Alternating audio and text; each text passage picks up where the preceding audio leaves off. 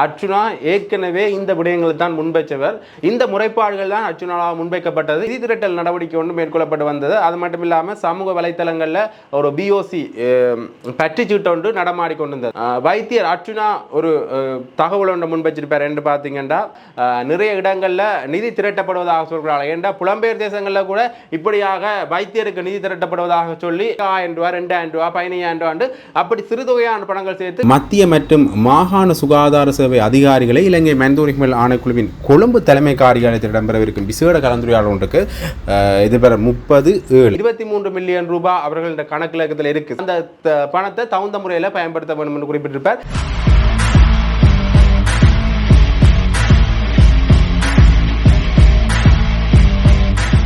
ஜெஃப்னாபடியின் சொந்தங்களுக்கு வணக்கம். இன்றைக்கு நாங்கள் எதை பற்றி பார்க்க போகிறோம்னா, வைத்தியர் அர்ச்சுனா பற்றின விஷயங்கள்லாம் பரபரப்பாக பேசப்பட்டு கொண்டிருக்கு. நாங்கள் கடந்த காலமாக தொடர்ந்து அது பற்றின அப்டேட்களை உங்களுக்கு கொடுத்த வண்ணமே இருக்கிறோம். தொடர்ந்து நிறைய தகவல்கள் அவரை பற்றி வந்த வண்ணமே இருக்கும். ஒரு கட்டத்தில் அவருக்கு எதிரான சில விஷயங்கள் நடந்தது. அது மட்டுமில்லாமல் ஆதரவாக சில விஷயங்கள் நடந்தது. மக்கள் புரட்சியை இவர் உருவாக்கினார் என்று பல வேறு விதமான கருத்துக்களை குறிப்பிட்ட வண்ணமே இருக்கணும். அந்த வகையில் அண்மையில் இவர் பெற்ற செய்திகள் என்னென்னு பார்த்தீங்கன்னா, இப்போ நேற்றைய தினம் ஒரு நோயாளர் ஒருவர் மட்டத்தேல் கடிச்சிட்டு அங்கே போயிருக்கணும். அதாவது திருநீலகண்டன் என்ற அந்த மட்டத்தேல் அவரது தந்தையாரை கடிச்சிட்டு வைத்தியசாலை போயிருக்கணும். ஆனால் அங்கே வைத்தியர் யாருமே இல்லாத காரணத்தினால அவர்கள் திருப்பி போதனா வைத்தியசாலைக்கு அனுப்பப்பட்டிருக்கணும். அது மட்டும் இல்லாமல் இந்த மட்டத்தேல் கடித்த விஷயம் பரபரப்பாக சமூக வலைத்தளங்களில் எவ்வாறு பேசப்படுது என்று பார்த்தீங்கன்னா, அர்ச்சுனா ஏற்கனவே இந்த விடயங்களை தான் முன்வைச்சவர். இந்த முறைப்பாடுகள் தான் அர்ச்சுனாவால் முன்வைக்கப்பட்டது. இதற்கான ஒரு தீர்வை நோக்கித்தான் அவற்றை பயணம் இருந்தது. ஆனால் அவர் சொன்ன விஷயங்கள் மீண்டும் மீண்டும் இங்கே அரங்கேறிய வண்ணமே இருக்கண்டு சமூக வலைத்தளங்களில் பொதுமக்களும் சரி, சமூக வலைத்தள விமர்சகர்களும் சரி தொடர்ந்து பேசிக்கொண்டே இருக்கணும். உண்மையிலேயே இது ஒரு பேசுபொருளாக தான் இருக்கு. இதற்கு பிறகு இந்த விடயம் சமூக வலைத்தளங்களில் பெரிய பேசுபொருளாக மாறிய பிறகு மனித உரிமைகள் ஆணைக்குழுவில் இதற்கான விளக்கத்தை தருமாறு புதிய பதில் அத்தியட்சகரை இப்போ கேட்டிருக்கிறோம். அவர் இதற்கான விளக்கத்தை கொடுப்பார் என்று நாங்கள் நம்புகிறோம். ஏன்னா நிறைய விஷயங்களில் நிறைய கேள்விகள் எழுந்த வண்ணமே இருக்குது. ஏனென்றால் மின்புறப்பாக்கி மட்டும்தான் அந்த வைத்தியசாலையில் இப்போ கொடுக்கப்பட்டிருக்கு. அவர் சொன்ன அபிவிருத்தி திட்டங்களில் மின்புறப்பாக்கி மட்டும்தான் கொடுக்கப்பட்டிருக்கு. ஏனைய அபிவிருத்தி திட்டங்கள் எந்த அளவில் இருக்குன்னு இன்னுமே அவர்கள் ஒரு நேரடியான தகவலை பொதுமக்களுக்கு வழங்கல. அது மட்டும் இல்லாமல் இன்னொரு முக்கியமான விடயம் பேசுபொருளாக இருக்கிறேன்னு பார்த்தீங்கன்னா, இந்த நிதி திரட்டுறது. வைத்தியர் அர்ச்சுனா ஏற்கனவே தன் காரை விற்க போவதாகவும் தனக்கு நிதி சம்பந்தமாக தான் இறுக்கமான சூழ்நிலை இருக்கிறதாகவும் சட்ட ரீதியான நடவடிக்கைகளுக்கு தனக்கு நிதி தேவைப்படுறதாகவும் காணொலியில் போட்டிருந்தவர். அது மட்டும் இல்லாமல் தன்னுடைய சமூக வலைத்தள குறிப்புகளையும் இதை பதிவு செஞ்சிருந்தவர். உண்மையிலே அதற்கு பிறகு நிதி திரட்டல் நடவடிக்கை ஒன்று மேற்கொள்ளப்பட்டு வந்தது. அது மட்டும் இல்லாமல் சமூக வலைத்தளங்களில் ஒரு பிஓசி பற்றி சீட்டு ஒன்று நடமாடி கொண்டிருந்தது. அதாவது அவருக்கு போட்டதாக குறிப்பிடப்படும் பிஓசி பற்றி சீட்டு ஒன்று நடமாடி கொண்டிருந்தது. அதற்கு பிறகு வைத்தியர் அர்ச்சுனா ஒரு தகவல் ஒன்று முன்வச்சிருப்பார் என்று பார்த்தீங்கன்னா, எந்த கணக்கிலக்கங்கள் தவறாக பயன்படுத்தப்படுது, என்ற பேரில் நிறைய பேருக்கு வேறு வேறு இடங்களுக்கு பணங்கள் பரிமாற்றப்படுது. இந்த விஷயமும் பரவலாக மக்களோட விழிப்புணர்வுக்கு கொண்டு வரப்பட வேண்டும். ஏனென்றால் நிறைய இடங்களில் நிதி திரட்டப்படுவதாக சொல்கிறார்கள். ஏனென்றா புலம்பெயர் தேசங்களில் கூட இப்படியாக வைத்தியருக்கு நிதி திரட்டப்படுவதாக சொல்லி அதிலேயும் சில மோசடிகள் நடக்கிறதற்கான தகவல்கள் வந்திருக்கு. ஏற்கனவே உங்களுக்கு தெரியும், விடுதலை புலிகள் அமைப்பினரை வச்சுக்கொண்டு நிறைய பேர் நிதி மோசடி நடவடிக்கையில் ஈடுபட்டதான தகவல்கள் கூட நிறைய வந்திருக்கு. அவர்களோட பேரில், அதாவது விடுதலை புலிகள் என்ற பேரில் அவர்களுக்கு நிதி திரட்டுவதாக கூறிக்கொண்டு பல நிதி மோசடிகள் நடந்ததான தகவல்கள் வந்திருக்கு. அதே மாதிரியான ஒரு நிகழ்ச்சி நிரல் தான் இப்பயும் நடப்பதாக சில விமர்சகர்கள் தங்கள் கருத்துக்களை கூறின வண்ணமே இருக்கணும். உண்மையிலேயே இந்த விடயம் இப்படி போய்கொண்டிருக்க வைத்தியர் அர்ச்சுனாக்குரிய நிதி பெருமெடுப்பில் சேகரிக்கப்பட்டதான்னு பார்த்தீங்கன்னா, வைத்தியர் அர்ச்சுனாவே அதற்கு ஒரு காணொலி ஒன்று போட்டிருக்காரு என்று பார்த்தீங்கன்னா, தண்ட தொலைபேசியில் என்னென்ன இடங்கள்லேருந்து காசு வந்தது, எவ்வளவு காசு வந்ததுன்ற அந்த விடயத்தை போட்டிருப்பார். அதில் அவர் தன் தொலைபேசியில் காட்டேக்க 1000 ரூபாய் 2000 ரூபாய் 15000 ரூபாய் அப்படி சிறுதொகையான பணங்கள் சேர்த்து கிட்டத்தட்ட 76000 ரூபாய்க்கு கிட்ட அவருக்கு ஒரு குறிப்பிட்ட அளவு நிதி சேகரிக்கப்பட்டதாக அவர் தன் காணொலியை பதிவு செஞ்சிருப்பார். உண்மையிலேயே அந்த நிதியை அவர் தன் சட்ட ரீதியான நடவடிக்கைகளுக்கு பயன்படுத்துவதாக கூறியிருப்பார். உண்மையிலேயே இந்த நிதி எங்கேருந்து வந்தேன்னு பார்த்தீங்கன்னா வடமாநிலத்திலிருந்து வந்த நிதியாக தான் இருக்கு. ஏன்னா புலம்பெயர் தேசங்கள்லேருந்து அனுப்பிக்க 1000 2000 அந்த நிதி வந்திருக்காது. தர்க்க ரீதியாக பார்த்தா அது இங்கே இருக்கிற நிதியாக தான் இருக்கும். உண்மையிலேயே அன்றாடம் உழைச்சு அது மட்டும் இல்லாமல் தங்களோட மாச சம்பளங்களை வேண்டாக்கள் ஒரு குறுகிய பணத்தை அவருக்காக செலவிட்டிருக்கிறேன். உண்மையிலேயே இது வந்து ஒரு விழிப்புணர்வாக பார்க்கப்பட வேண்டிய ஒரு விஷயமாகத்தான் இருக்கு. இப்படி நிறைய விதத்திலேருந்து அவருக்கு இன்னும் நிதி திரட்டல் நடவடிக்கைகள் நடந்த வண்ணமே இருக்கு. இன்னொரு விடயம் ஒன்று நடந்திருக்கு. என்னென்னு பார்த்தீங்கன்னா சாவகச்சேரி ஆதார வைத்தியசாலைக்கு இலங்கை மனித உரிமைகள் ஆணைக்குழுவின் ஜாழ்ப்பாண பிராந்திய இணைப்பாளர் தங்கவேல் கனகராஜ் குழு தலைமையிலான குழுவினர் கடந்த 5ஆம் தேதி இங்கே இப்போ அதாவது இந்த மாதம் 5ஆம் தேதி ஒரு கள விஜயம் ஒன்றை மேற்கொண்டிருந்தார். அதில் தமக்கு கிடைத்த அதாவது அவர்கள் தமக்கு கிடைத்த தகவல்களை உண்மையிலேயே சுகாதார பணிப்பாளர்களுக்கு அனுப்பி வச்சிருந்தவை. அது மட்டும் இல்லாமல் அங்கே சுகாதார சேவைகள் தொடர்பாக மக்கள் எதிர்கொள்கிற இடர்பாடுகள் சம்பந்தமாகவும் அங்கே அவர்கள் ஒரு அறிக்கை மாதிரி ஒன்றினை அங்கே சமர்ப்பித்தவை.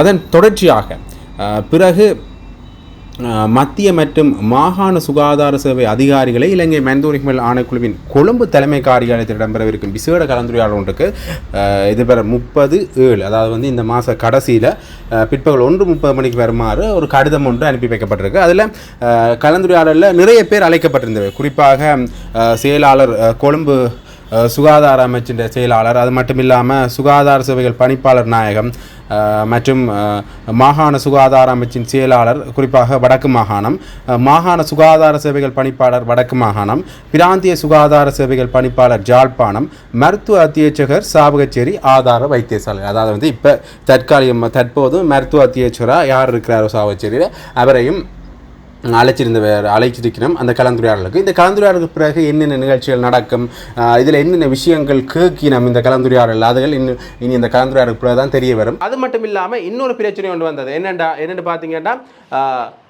சாவகச்சேரியில் இருக்கிற அதாவது கனடாவிலிருந்து தென்மராட்சிக்காக அபிவிருத்தி செய்கிற ஒரு அமைப்புண்ட முன்னாள் தலைவர் ஒரு ஊடக சந்திப்பு வச்சிருப்பார். ஏற்கனவே 23 மில்லியன் ரூபாய் அவர்களோட கணக்கிலக்கத்தில் இருக்குது. சர்வதேச அபிவிருத்தி சங்கத்தில் அந்த கணக்கிலக்கத்தில் 23 மில்லியன் ரூபாய் இருக்குது. அதை இங்கே கொண்டு தயவு செஞ்சு மீண்டும் அந்த அமைப்பினை புதுப்பித்து புதிய ஆக்களை உள்ளுக்கு எடுத்து அந்த பணத்தை தகுந்த முறையில் பயன்படுத்த வேண்டும் என்று குறிப்பிட்டிருப்பார். அது மட்டும் இல்லாமல் ஆளுநி பற்றாக்குறை இருக்கிற இடத்துக்கு எதற்காக நீங்கள் இந்த உபகரணங்கள் சத்திர சிகிச்சை கூட உபகரணங்களை வழங்கினீர்கள், அதெல்லாம் கடல் கட்டத்துக்கு அப்படி வழங்கினீர்கள், ஏன் அது பயன்படுத்தப்படாமல் இருக்கின்றது என்ற போன்ற பல கேள்விகளையும் அவர் முன்வச்சிருக்கிறார். அது தொடர்பான காணொலி எங்கள்கிட்ட இருக்கு. அந்த காணொலியையும் நாங்கள் தாரோம். அந்த காணொலியை பார்த்துட்டு வாங்க. அனைவருக்கும் வணக்கம்.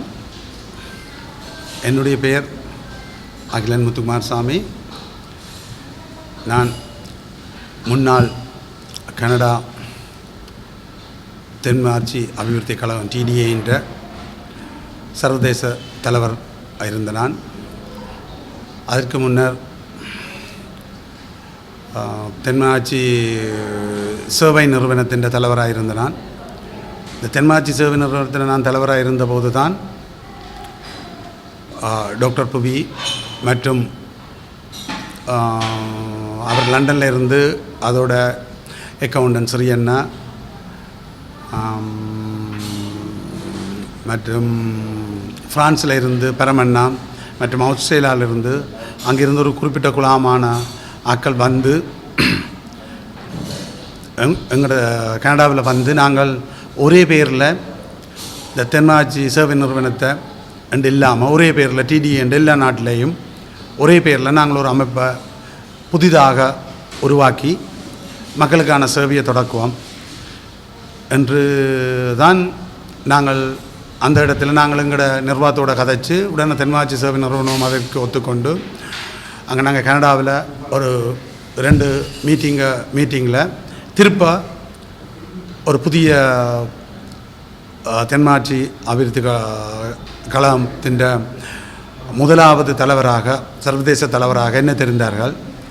குறிப்பிட்ட காலம் நாங்கள் எங்களுடைய அமைப்பு நல்லா தான் செயற்பட்டு கொண்டிருந்தது. அதன் பிறகு நான் அந்த தலைவர் பதவியிலிருந்து எனக்கு தாய்நாட்டில் அதாவது எங்களோட தென்மாட்சி மக்களுக்கான பல சேவைகளை என்னால் தனிப்பட்ட முறையில் சங்கத்திலையும் இருந்து கொண்டு தனிப்பட்ட முறையில் நான் பல சேவைகளை செய்து கொண்டு வரேன். அப்போ அதுக்காக நான் அந்த தலைமை பதவியிலிருந்து விலத்தி இருக்கிறேன். ஆனால் இன்று எமது சாவிச்சேரி வைத்தியசாலையில்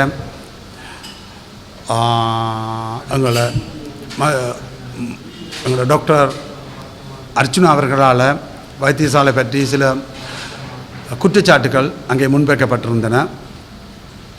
இன்று நான் இது வைக்கப்பட்டிருந்தன. அதுக்கான பெருந்திரளான மக்கள் போராட்டம் நடைபெற்றது. மக்கள் தங்களுக்கு நடந்த அத்தனை கஷ்டங்களையும் அவர்களால், அதாவது இந்த வைத்தியசாலை நிர்வாகத்தினரால் தங்களுக்கு ஏற்பட்ட முழு வலிகளையும் அங்கே, அதாவது ஒரு தெருவிலே நின்று, அந்த A9 என்று அழைக்கப்படுகின்ற A9 ரோட்டில் நின்று அனைத்து மீடியாக்களுக்கும் அனைத்து மக்களுக்கும் தெரியப்படுத்தி இருக்கிறார்கள் தாங்கள் எவ்வளோ கஷ்டப்பட்டிருக்கிறோம் இந்த வைத்தியசாலையாலே என்று. அப்படி இருந்தும்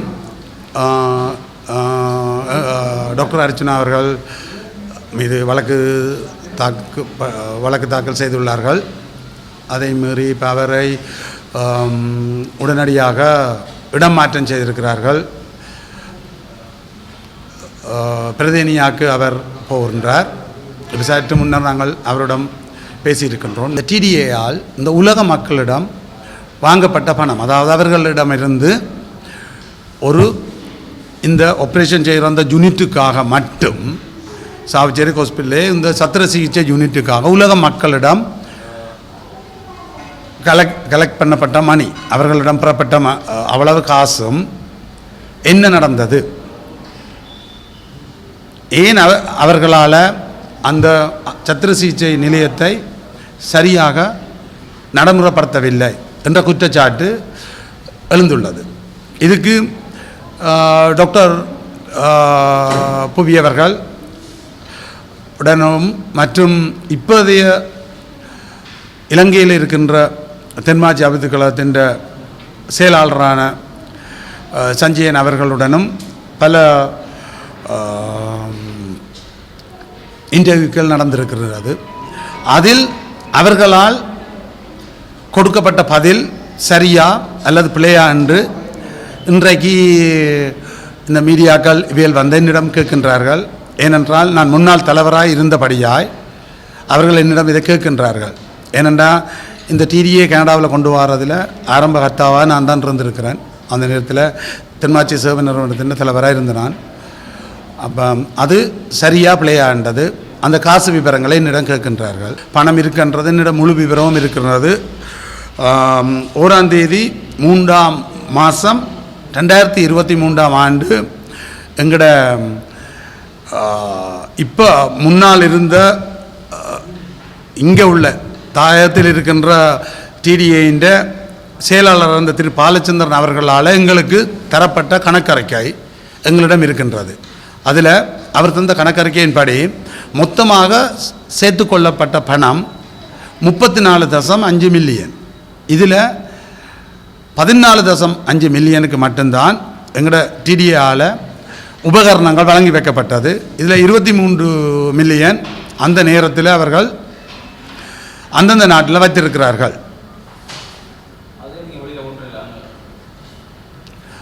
அதைத்தான் நான் இப்போ தெரியப்படுத்துகின்றேன். நான் முன்னாள் தலைவராக இருந்தபடியாய் அவர்களிடம்தான் அந்த கேள்வியை கேட்டிருக்கிறார்கள் கனவேர். அதுக்கான பதிலை அவர்கள் சரியாக கொடுக்கவில்லை என்பதற்காகத்தான் நான் தென்மாட்சி அபிவிருத்தி கழகம் வந்து சாவச்சேரி ஆதார வைத்தியசாலைக்கு பல வைத்திய உபகரணங்கள் வழங்கி கொடுத்தார் சொன்னீங்கன்னா, அதை பல்வேறு உதவிகள் செய்தார் சொன்னீங்கன்னா, அதற்கான விவரங்கள் பகிரங்கப்படுத்தப்படுமா? என்னென்ன உபகரணங்கள் வழங்கப்பட்டது, அதன் இயங்குநிலை பகிரங்கப்படுத்தப்படுமா? மற்றது வந்து ஏன் தென்மாட்சி அபிவிருத்தி கழகம் தாங்கள் வழங்கிய உபகரணங்கள் அல்லது வைத்திய உபகரணங்கள் தொடர்ச்சி இயங்குகின்ற தொடர் கண்காணிப்பில் ஏன் ஈடுபடையில்?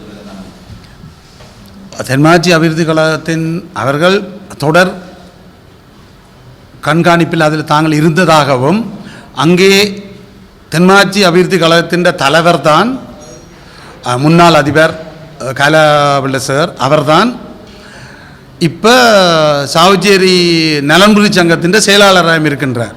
அப்போ அவருக்கு தெரிந்த விடயம் இவையெல்லாம் அவருக்கு ஈஸியாக தெரிந்த விடயங்கள். அப்போ அவர்கள் அதை தாங்கள் சரியாக பார்த்து என்று தான் கூறுகிறார்கள்.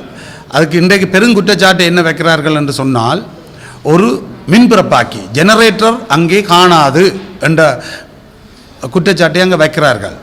அதில் நான் அவைன்ற கருத்துக்கு நான் ஒத்துப்போக முடியவில்லை. ஏனென்று சொன்னால் அது அவர்கள் மிகைப்படுத்துகிறார்கள். ஏனென்றால் இப்போது தென்மராட்சியில் உள்ள எமது சாவச்சேரி வைத்தியசாலையில் பேக்கப் ஜெனரேட்டர், அதாவது எங்களுக்கு வருகின்ற எலக்ட்ரிசிட்டி கரண்ட் இல்லாமல் போனால் அதுக்கான ஒரு நாங்கள் ஒரு தயார்படுத்தலில் இருக்க வேண்டும். அதுக்கு அவைகள்கிட்ட இப்போ இருக்கிறது ஒரு 100 கிலோவாட்ஸ் ஒரு ஜெனரேட்டரும் ஒரு 45 கிலோவாட்ஸ் ஜெனரேட்டரும் இருக்குது. இது பலதாக போயிருக்கின்ற தான் இவ்வளோ நாளும் சொன்னவன்.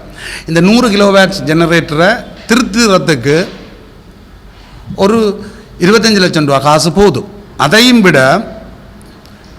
இன்னொரு முழு ஹாஸ்பிட்டலுக்குமே 100 கிலோவாட்ஸ் பேக்கப்பாக வச்சிருக்கணும் என்று சொன்னால் முழு ஹாஸ்பிட்டலுக்கும் இந்த ஒரு சின்ன யூனிட், அதாவது ஒரு ஆப்ரேஷன் தியேட்டர், அந்த யூனிட்டுக்கு இன்னும் ஒரு 100 கிலோவாட்ஸை வேண்டி வச்சால் போதும். இதை வேணுமென்று சொன்னால் தென்மராட்சியில் இப்போ உள்ள சஞ்சயனோ செயலாளரோ அல்லது தலைவரோ என்னோட நேருக்கு நேர் விவாதத்துக்கு வரலாம். நான் வடிவாக ஒரு பொருளியலாளரையும் வச்சு கொண்டு விவாதத்துக்கு வந்தால் இன்னொரு 100 கிலோவாட்ஸ் எவ்வளவு தான் நீங்கள் காசை செலவழித்தாலும் 10 மில்லியனுக்குள்ளே வேண்டலாம். இல்லை அவைகளுக்கு வேணுமென்றால் அந்த காசை திரட்டும் இப்போவே அந்த நேரத்தில் வேண்டி கொடுத்துருக்கலாம். இப்போவே ஒரு 15 மில்லியனுக்கு வேண்டலாம். இவர்கள்ட்ட இருந்தது 23 மில்லியன். அப்போ மக்களிடம் பணம் சேகரிக்க முதல் ஏன் இதை பற்றி ஒரு ஒழுங்கான சேர்வு, அது ஒரு கணக்கெடுப்பு இது எல்லாம் செய்து சொன்னவ தாங்கள் எல்லாம் என்னென்னு சொல்கிறோம் எல்லா துறையிலையும் கதைச்சவ. ஆனால் ஏன் இதை அவைகள் கதைக்கல? 10 மில்லியனுக்கு அந்த நேரம் இன்னும் ஒரு ஜெனரேட்டரை வேண்டி கொடுத்திருந்தால் ஆளணி பற்றாக்குறைன்றது பேர்ந்து வந்தது. ஆளணி பற்றாக்குறை இருக்கிற இடத்துல என்னத்துக்காக நீங்கள் அந்த உபகரணங்களை வேண்டி கொடுத்த நீங்கள் இருந்து கரல் கட்டி இல்லாமல் போவா? அல்ல அவர் கேட்ட மாதிரி புறாக்கூடு நடத்தவா? டாக்டர் அர்ஜுனா கேட்ட மாதிரி புறாக்கூடு நடத்தவா? பிழையான தகவலை சொல்லாதேங்கள். நான் அவர்களுடைய 2 பேருடைய டாக்டர் பவிநாதன் மற்றது இப்போதைய செயலாளருடைய இதை இன்டர்வியூவும் வடிவாக பார்த்துருக்கிறேன். அதை வச்சு தான் இப்போ நீங்கள் கேள்வி கேட்குறீங்க. ஆனால் அந்த விடயங்களில் சரியான தவறான இதை சஞ்சயன் சொல்லி இருக்கிறார். என்னென்னு சொன்னால் டாக்டர் அர்ஜுனா சொன்னது சாதாரணமாக ஒருத்தருக்கு காய்ச்சல் வந்தால் இது என்ன காய்ச்சல் அதை டெஸ்ட் பண்ணுறது தான். அவர் அதுக்கு விளக்கம் கொடுக்குறார். தைராய்டுக்கு செக் பண்ணுறதுக்கு போகணும். தைராய்டுக்கு கட்டாயம் இங்கே செய்யலான்னு சொன்னார். சாதாரண மக்களுக்கு வாரதை தான் கேட்க சொல்லி சொன்னவர். அதைத்தான் அவர் கொடுத்துருக்கிறார். அதே மாதிரி நீங்களே எனக்கு ஒரு சுகர் வருத்தம் இருக்கண்டா என்ற 3 மாதம் எனக்கு ஏன் அண்டைக்கு அவருக்கு என்ன லெவலில் சுகர் இருக்குது அதுக்குத்தான் அப்போ மருந்து கொடுக்குறார். 6 மாதம் பின்னுக்கு போய் செக் பண்ணுறது இங்கே செக் பண்ண இல்லாதண்டு எல்லாருக்கும் தெரியும். உடனடியாக ஒரு சுகர் பேஷண்ட் வந்துட்டார், சரி ஒருத்தர் லோ சுகரில் மயங்கி வாரார், இவருக்கு 3 மாதம் என்ன நடந்தது தேவையா? அல்ல இப்போ அவருக்கு என்ன ட்ரீட்மெண்ட் செய்கிறன்றது தேவையா? அப்போ நீங்கள் டாக்டர் அர்ஜுனா சொன்னதை மிகப்படுத்தாதீங்க. அடுத்தது அதுக்கு என்னென்ன ட்ரீட்மெண்ட் நடக்குன்றது எனக்கு தெரியாதான். நீங்கள் என்ன டாக்டரா? இந்த கேள்விகளுக்கு பதிலாக டாக்டர் புவி என்ன அவரை சொல்லுங்க. நீங்கள் சொல்ல முடியாது.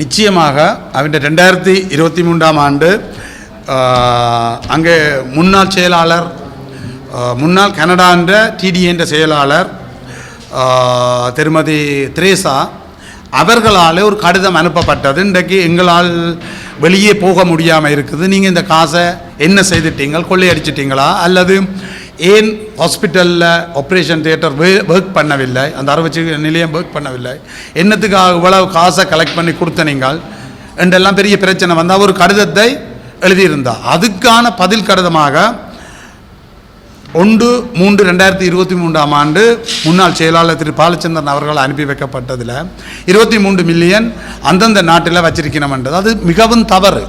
ஏனென்றால் அங்கே கலெக்ட் பண்ணப்பட்ட காசு இங்கே அனுப்பி 23 மில்லியன் தேவையில் ஒரு 100 கிலோவாட்ஸ் 100 கேவி ஜென்ரேட்டர் ஒன்று வேண்டி கொடுத்திருந்தால் அந்த ஆப்ரேஷன் தியேட்டர் நடந்திருக்கும். இது முற்று முழுதாக டிடிஏயில் தவறு என்பதை நான் இங்கே சுட்டிக்காட்ட விரும்புகின்றேன்.